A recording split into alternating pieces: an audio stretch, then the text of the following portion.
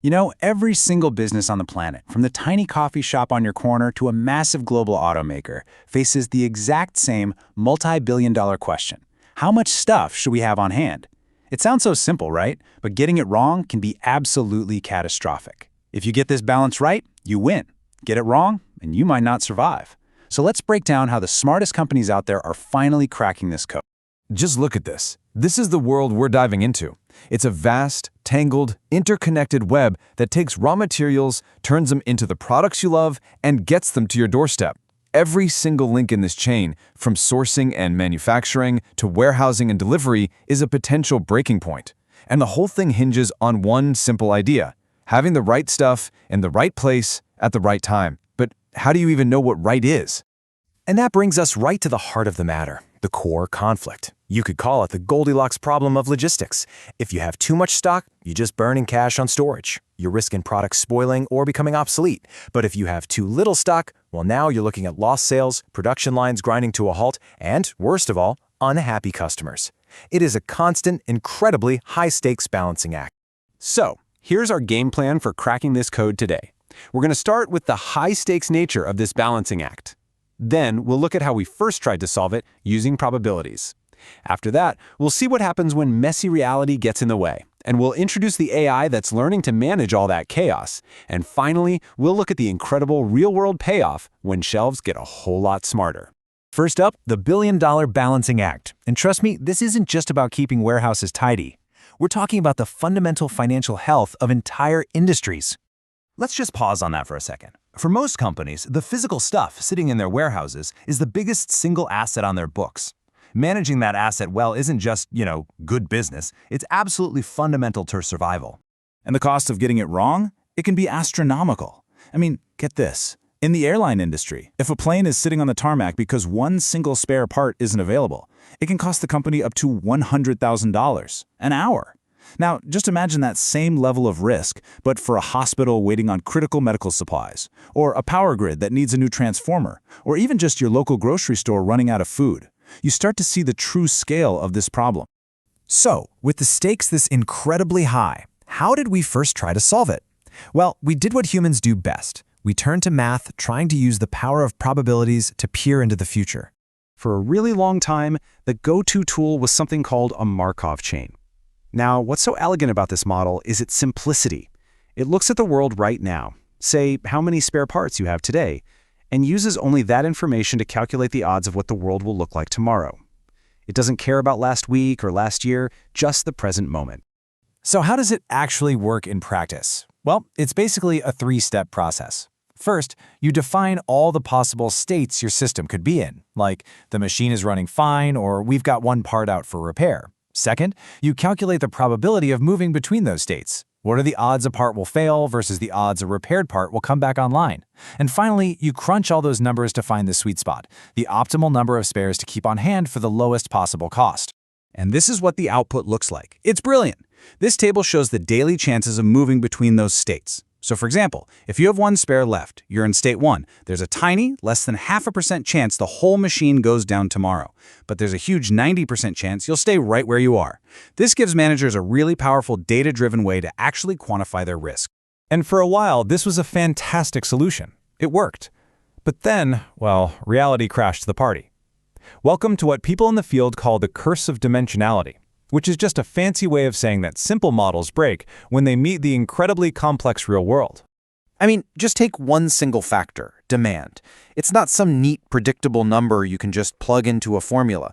A model that's built for one kind of demand will totally fall apart when it faces another. But here's the thing. Demand is just the beginning of the problem. It's just the tip of the iceberg. Because it's not just demand.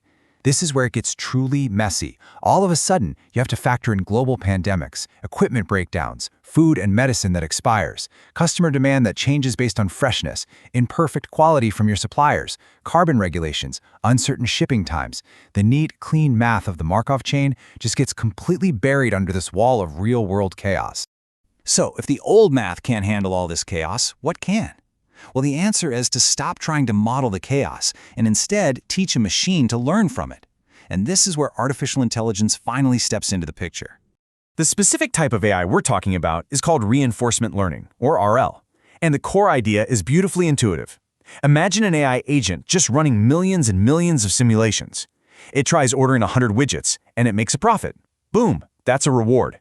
Then it tries ordering 1,000, runs out of stock, and loses sales. That's a penalty.